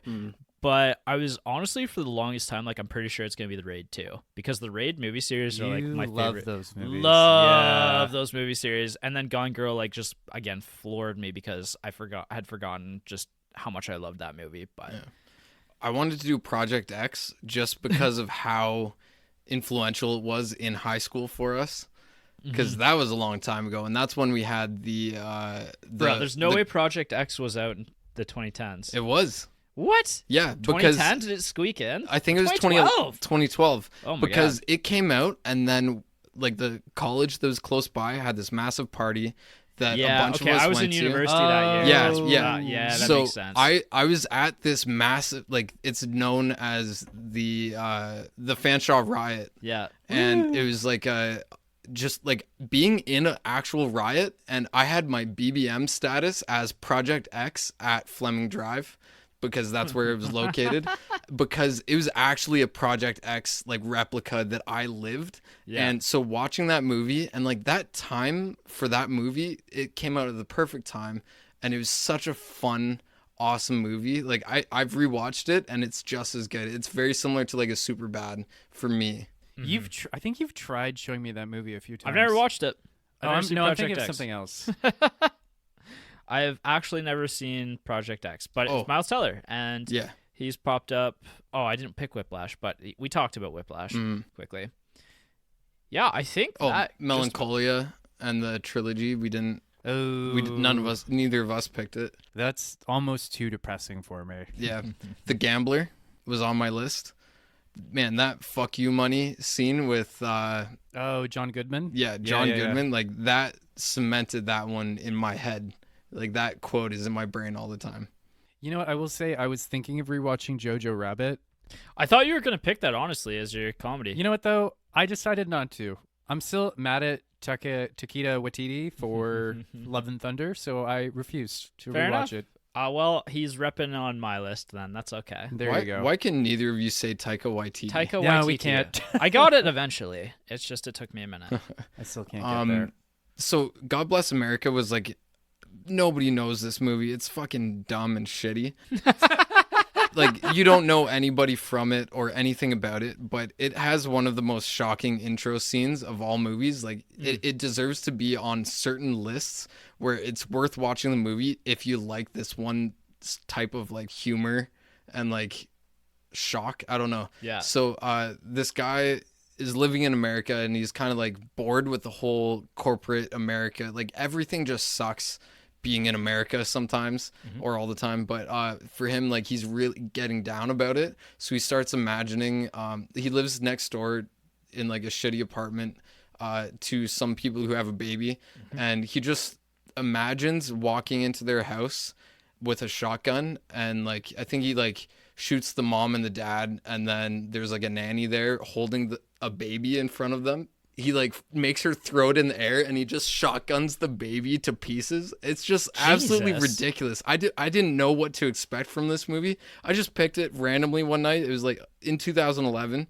Like director Bobcat Goldthwait, like who knows? Yeah, like, Bobcat. Yeah, so him and this girl go on like a huge mission to like say like basically fuck everybody who makes America shitty, and like it is actually really kind of awesome and like has a good message to it, but they play it so ridiculous. Yeah. Apparently, Bobcat Goldthwait directed World's Greatest Dad, the Robin Williams movie. I had no idea. Oh, no way. Was there any movies that anybody else picked that you were like, I'm not shocked that they picked that, or you were kind of expecting? I'll lead, because for you, I knew Hereditary was like up there for you. I didn't even put Hereditary on my list because I was pretty sure that was one you were going to take. Well, you were there when it traumatized me. Same thing with Hot Tub Time Machine. I didn't put it on my list because I was like, Jason's going to take Hot Tub Time Machine. It's going to be gone. Yeah. I'm not surprised by Furry Road. I'm actually, a lot of these, I will admit, Sin City: A Dame to Kill For really surprised me. I mean, you have Kung Fu Panda 2 on this list. Yeah, so. That's true. But that movie is amazing. So I could have also done Fury. Yes, Fury is a great one. Yeah, but we also call that Furry. Furry and Furry Road. I'm sensing a theme here. For some reason, I did not guess Wolf of Wall Street. I actually kind of forgot about that movie. Yeah, I feel like you had to pick it because you have this list of all these like all-time great that everybody's already it's Martin seen. Scorsese, man. Yeah, like he's my favorite. He's probably my favorite director, if not like second or third favorite. Like he's always in the conversation for me. I think Bobcat's mine now. Wolf of Wall Street was the one that I was honestly most worried about you guys taking. Other than Fury Road, but I took Fury Road first. But then you took Bone Tomahawk like immediately in historic biographical, and I was like, I think I can wait a second. And then Blade Runner 2049 was the other one I was most worried about losing. So yeah, I downloaded the soundtrack, and like I would have to drive to work every day, and like whenever it rained, I would just put on Blade Runner 2049 and like just stare at like out the window and like It's funny because you and I saw that in theaters on like my 25th birthday or something. You loved it. I don't remember a goddamn thing from that movie. Yeah. Did you watch the original? Yeah, I did see the original. I wasn't before though. Like I did see it before. Yeah. Okay, cool. Yeah. But that's the thing. I have a huge sci-fi blind spot, so it didn't. At some point, we have to go try and watch it again. Yeah, I think we have like a interesting little triangle that like I almost want to like draw the Venn diagram for where we overlap. Yeah, because right. Like me and Blake have the sci-fi overlap, and then you and I have this like weird melancholia area, the depressing shit. Yeah. And like, what do you two have? I don't know. We have a lot of stuff, but like our horror movies cross over quite a bit. Yeah, horror crosses over a bit. I think action too. Yeah. A lot of that crosses over. Yeah. But you also have a big like hole in crime, whereas that's where Jason and I have a lot of connections there. Like nobody brought this up, but The Town. Have either of you guys seen The Town recently? No, not recently, but like it is just great. Yeah. Oh yeah. Like Ben Affleck came up twice on my list actually, because that was on my top 3 of that list as well. The Accountant was phenomenal too. I haven't seen The Accountant yet. Man, you should watch it. I know I should. I really should. That's one of those ones that just like escaped me for so long. You know what I was debating doing for like superhero? I was debating doing Batman versus Superman: Dawn of Justice, just because I know you hate that movie so much. Honestly, I'm surprised that you guys were sleeping on Logan. I was really worried somebody was going to take Logan like real fast on there. Yeah, like I have Snowpiercer as another comic book adaptation. I think that's a novel though. It's a short. No, it's a graphic novel. Is it? Yeah. Oh, okay. So I have that on my. that's fits. Third place in my action adventure actually. Oh no way. Because Edge of Tomorrow just passes it, but then Snowpiercer's after that. See, that's an action movie. Yeah. Baby Driver was awesome too. Baby Driver's awesome. That's on my crime long list. Yeah, like that's never before has someone intertwined the score with he literally came up with the score first. I listened to a podcast with him and then filmed the movie around the score. I have White Boy Rick in here. White Boy Rick. Killing Them Softly, Brad Pitt. It? We didn't do It? I like the first one a lot. Yeah, the second one completely shit the bed. Forgot about It 2017, honestly, but there's no way I couldn't put that in my favorite horrors though, because It Follows is just like so high up on my list. It's got I'm not surprised. That's the one I was the most unsurprised by. Yeah, It Follows. I talk about that movie a lot. You do. There's a whole subgenre that I didn't put into this. It's like movies I've watched with Annabelle where I cry like horribly because I have this like little hidden spot that I don't let the podcast see. Yeah, where like I like Hidden Figures is one. Like a baby. Like, yeah, there's a bunch where like she's like, "Oh, you loved that movie," and I'm like, "Yeah, but I don't want to tell everybody about how hard I cried." Honestly, you would be shocked how high up Crazy Stupid Love is in my comedy list. So yeah, I haven't seen that one yet. I will say actually, so good. So I was in film school from like 2010 to like late 2012, and then I realized that I actually wanted to write books more than I wanted to make movies. So I switched over to the English program, and then I just pursued writing pretty aggressively for the following ever since, basically, right? So I would say I feel like I have a lot of gaps in my 2010s knowledge, because once I left film school, I kind of stopped watching movies. I didn't really stop watching movies. I just didn't watch them as aggressively. I think it's funny too with the 2010s because they're the Marvel Cinematic Universe and like superheroes were just like so big and like such like cornerstone. They of that overshadowed decade. a lot of stuff. Yeah, like I was kind of surprised by how many movies I ended up having in this list. Like in my long list of movies, I have about 70 movies here that I was like, these are all incredible and all deserve some sort of conversation and discussion. And we did actually hit on a lot of the ones, like my horror movies, The Platform and Green Room are both in my long list. Nice. Well, it's funny, even now, like people complain about Marvel so much that hating on Marvel has almost become like hating Twilight 15 years ago. And like people complain about like the death of cinema and how they don't make good movies anymore. But like, you look around, a lot of great movies have been coming out in the last few years. Yeah. Oh, like, for sure. You know, once you look past the once you get through like the blockbuster smokescreen, there's a lot of interesting shit out there. Yeah. Honestly, any of the actors that we talked about today, just watch a bunch of their stuff and you'll find all of those ones like Ryan Gosling and Ben Colin Affleck. Farrell. Yeah. Yeah. Yeah, I mean, there's always interesting stuff being produced. You just kind of got to go find it. Yeah, that's the biggest thing. And there's these big movies at the time that didn't have any staying power for some reason, like Elysium. I loved Elysium when it came out. If you even remember that. I forgot about Elysium the second I left the theater. Yeah, like to me, it was a really good sci-fi. Like I didn't rewatch it, but maybe it didn't have enough good stuff to it. But like, it's such a good depiction of like classism and everything we face today. My sci-fi list is 5 movies long, and I think all of them are masterpieces that everybody should watch. They go Blade Runner, Interstellar, Edge of Tomorrow, The Martian, and Annihilation. Yeah. Like, I honestly had a hard time deciding on those, but that is like my definitive 2010 sci-fi list from the definitive, like, sci-fi is one of my favorite genres of all time. I have one that nobody else has seen, I don't think. Chronicle. Yes, I've seen Chronicle. Okay. I love Chronicle. Yeah, that's the Chronicles, one. That's the one you've been trying to get me to watch. It's probably the best found footage movie. Yeah. Yes. My favorite found footage film. Yeah. And like such a cool I concept. forgot about that. Man, I would have put Chronicle pretty high on my superhero list. It was high on mine. Dane DeHaan. Dane DeHaan is phenomenal in this. Like when he's pulling out his teeth. Yeah. And like going all crazy with the alpha what's above an alpha in hierarchical? I forget exactly what it is. Omega, something like that. Yeah, it's like very similar to that. What goes around is all around, Jason. Yeah. Yeah. Anyways, that's my absolute last one. I think that I haven't mentioned yet that is worth mentioning. Cool. That was a lot of fun. Yeah, that was a lot of fun. So I picked Fury Road first in action adventure. I picked Logan superhero comic book adaptation, and then historic biographic drama The Wolf of Wall Street. Then horror, I picked It Follows. Comedy, Hunt for the Wilder People. Sci-fi fantasy, Blade Runner 2049, and then rounded it out with Gone Girl.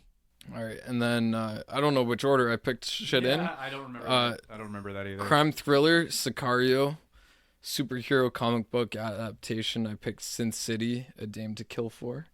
Historic biography / drama, I picked Legend. Horror, I picked The Platform. Comedy, Hot Tub Time Machine, action adventure. I ended up settling on Riddick. And then sci-fi fantasy, Ex Machina.